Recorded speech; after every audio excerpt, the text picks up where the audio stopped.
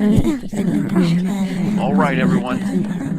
Let's get back to work here. Hello.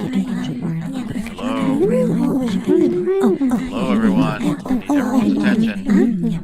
1, 2, 3. Eyes on me. Good. Good.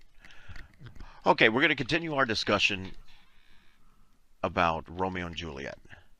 Now, who remembers who wrote Romeo and Juliet?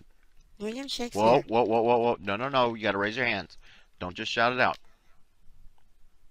Let's go. Ethan. William Shakespeare. That's right. That's right. That was William Shakespeare. Now, William Shakespeare is basically thought of as one of our greatest playwrights. Now, we talked about this last class. What was the weird kind of sounding phrase that we used? It's the way he wrote. Every line had a certain type of rhythm. Can anyone remember that? Anyone? I'm just going to call on you.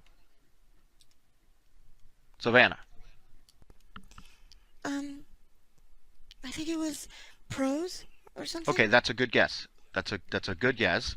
That's a type of poetry, and yes, prose is that way. But this was different. You remember, it was a little bit longer. We said it. It was a funny sounding word.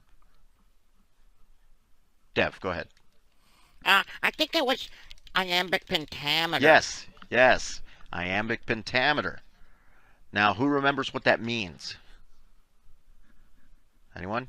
How many syllables are in each line?